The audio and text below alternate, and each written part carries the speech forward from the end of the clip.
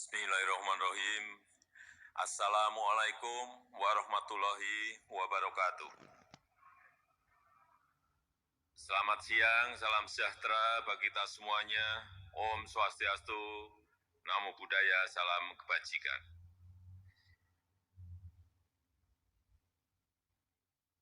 Yang saya hormati Ketua MPR Republik Indonesia, yang saya hormati para Menteri Kabinet Indonesia Maju. Tadi saya hitung, ini Menteri yang hadir di Rapimnas Kadin ini berapa orang? 10 Menteri yang hadir.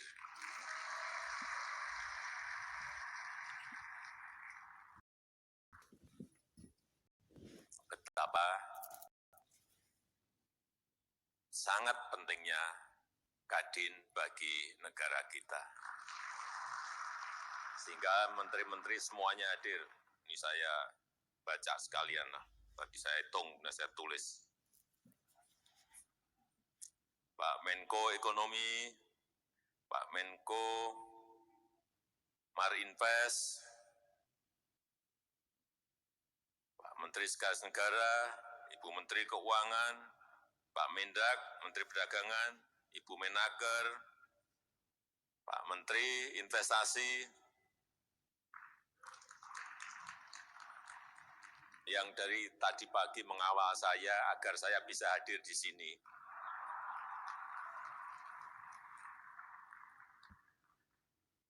Sampai di dalam mobil pun Pak Menteri satu mobil dan betul-betul nggak tahu takutnya saya belok kemana, nggak ngerti juga saya. Tapi dikawal betul. Pak Menteri Perindustrian, Pak Menkom Info, Pak Menteri KKP, Pak Menteri Koperasi dan UKM, Pak Wamen, BUMN,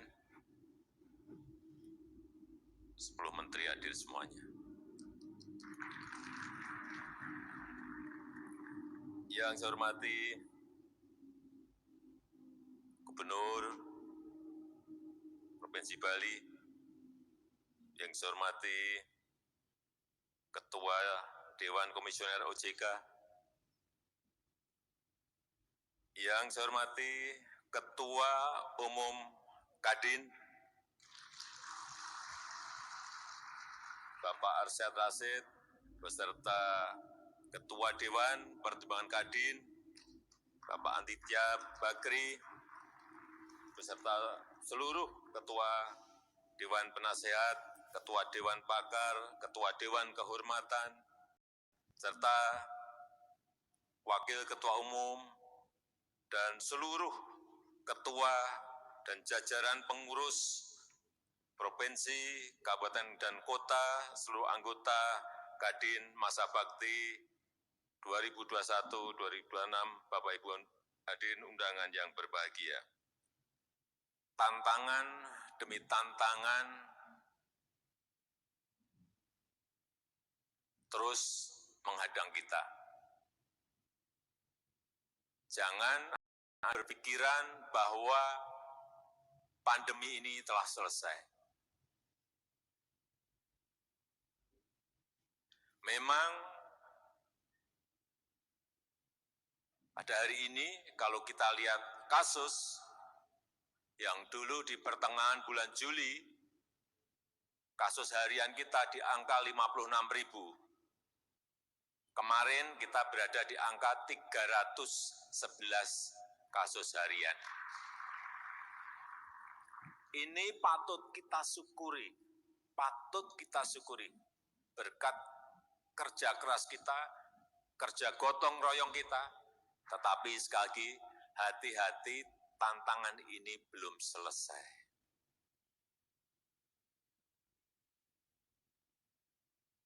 Ada 29 negara yang sudah kemasukan yang namanya varian Omikron. Tadi pagi informasi lagi Singapura sudah masuk, negara paling dekat kita. Yang ini meskipun masih dalam penelitian yang cepat, penularannya bisa 5 kali lipat lebih menular dibanding yang varian Delta yang kecepatannya juga sangat cepat sekali. Ini pun juga bisa menembus dari imunitas yang telah kita miliki.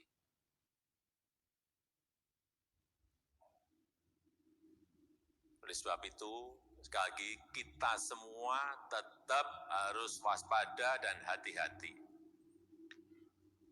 Hati-hati. Tetapi juga jangan kita ini terlalu ketakutan dan kekhawatiran yang amat sangat. Tetap harus optimis. Apalagi di tahun 2022 kita harus optimis bahwa ekonomi kita bisa bangkit di atas 5%.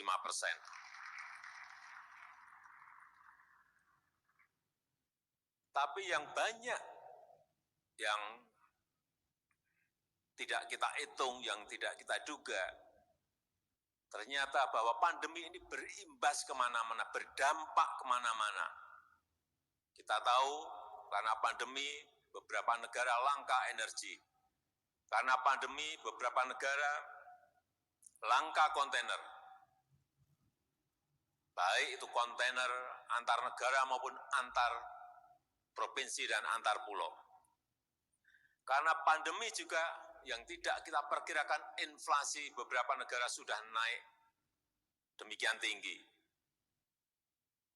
Dan karena inflasi juga beberapa hari terakhir ini sudah mulai kedengaran beberapa negara ada kenaikan harga produsen yang akhirnya nanti akan berimbas kepada kenaikan harga konsumen.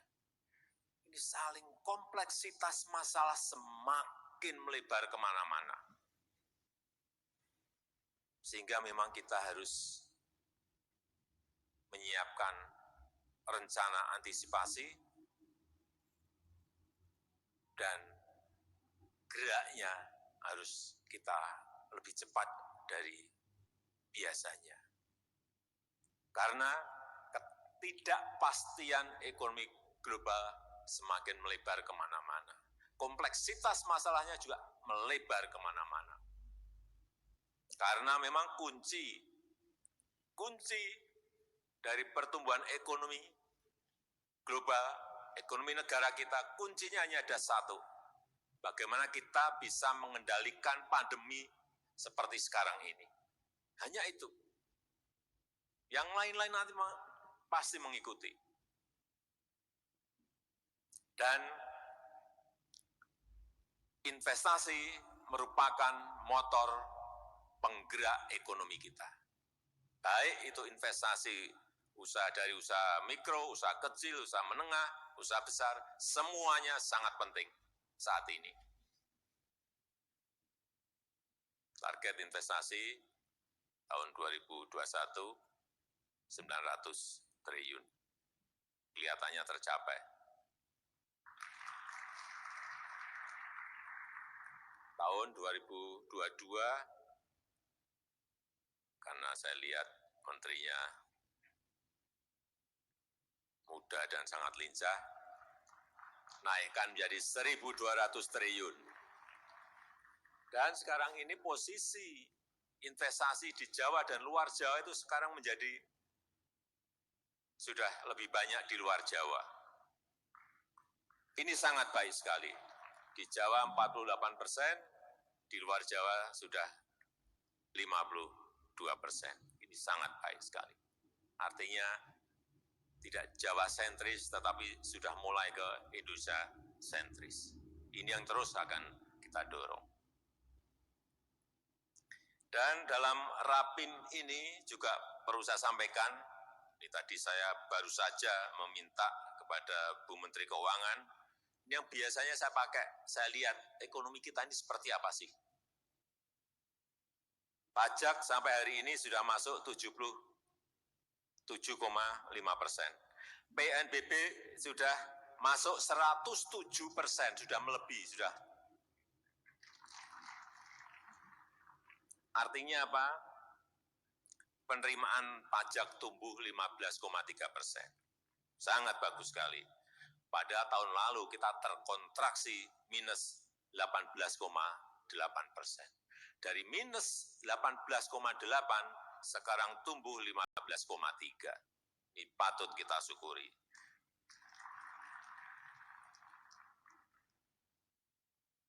PNBP juga tumbuh 25,2%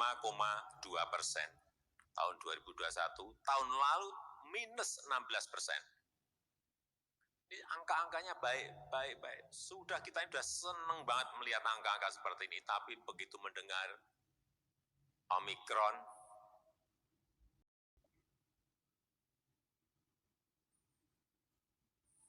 ya menahan nafas sedikit. Meskipun sekali lagi tidak perlu khawatir yang amat sangat, karena ini akan mempengaruhi kalau Bapak Ibu dan saudara-saudara kekhawatirannya amat sangat.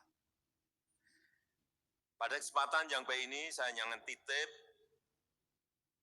pada Kadin, yang pertama kita ini nanti mulai hari kemarin kita akan sudah memegang sebuah kepercayaan dan kehormatan menjadi presidensi G20, keketuaan G20, dan akan ada 150 pertemuan, meeting dalam rangka G20 ini dengan semua negara.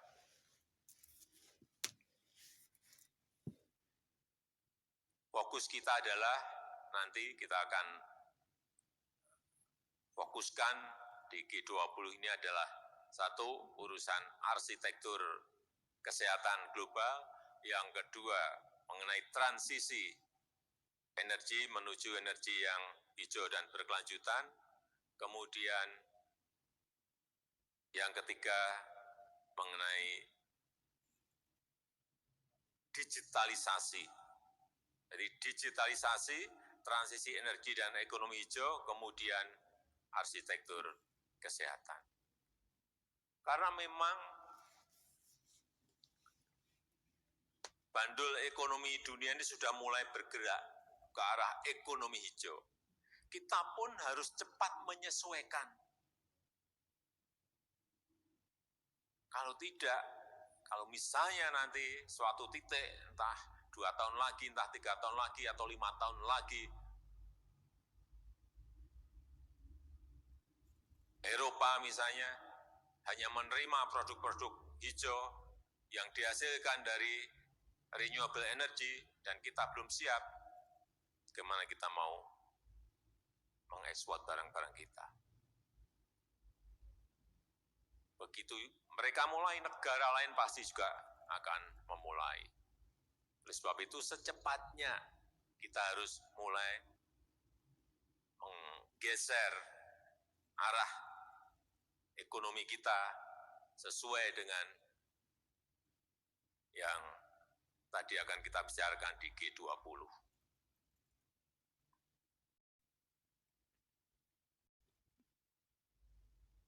Transisi energi misalnya, keuntungan kita memiliki sumber daya alam yang melimpah untuk ini, untuk renewable energy yang menghasilkan energi hijau.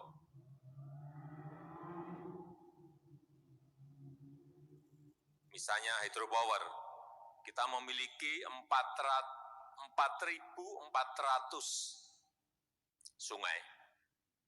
Nggak ada negara di dunia yang memiliki kekayaan sungai sebanyak negara kita Indonesia. 2 sungai saja, Sungai Mamberamo di Papua, Sungai Kayan di Kalimantan Utara.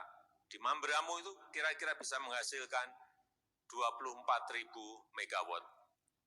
Di Sungai Kayan di Kalimantan Utara bisa menghasilkan kira-kira 11.000 sampai 13.000 megawatt.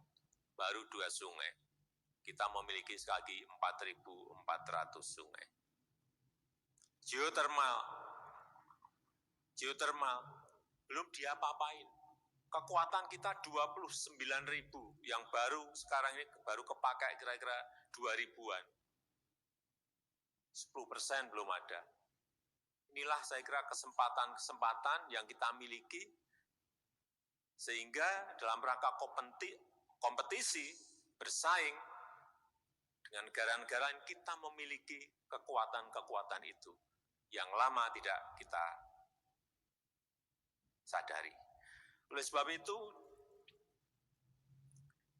dalam rangka reformasi ekonomi, reformasi struktural, pendampingan UMKM, saya minta nanti di dalam Rapim, Bapak Ketua, Kadin lebih mendetailkan lagi sebetulnya apa sih kebutuhan lapangan, tantangan yang ada di lapangan, kemudian keinginan-keinginan pelaku seperti apa, lebih detail lagi.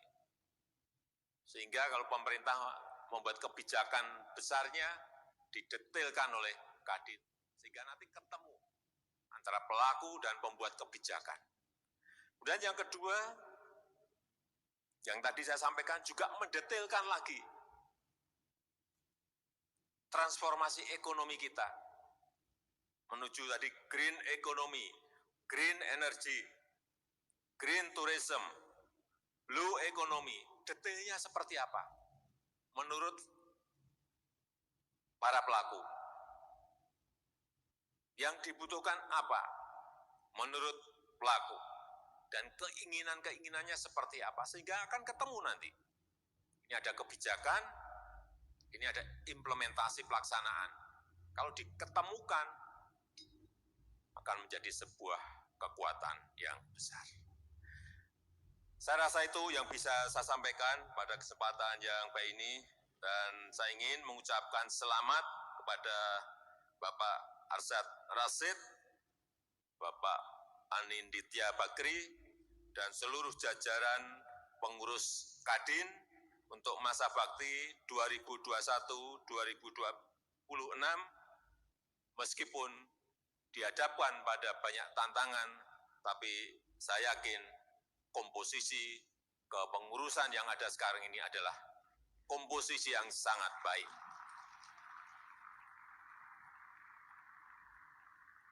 Dan dengan mengucap Bismillahirrahmanirrahim, pada sore hari ini secara resmi saya buka rapat pimpinan nasional Kamar Dagang dan Industri 2021. Terima kasih. Wassalamualaikum warahmatullahi wabarakatuh. Om Santi Santi Santi Om.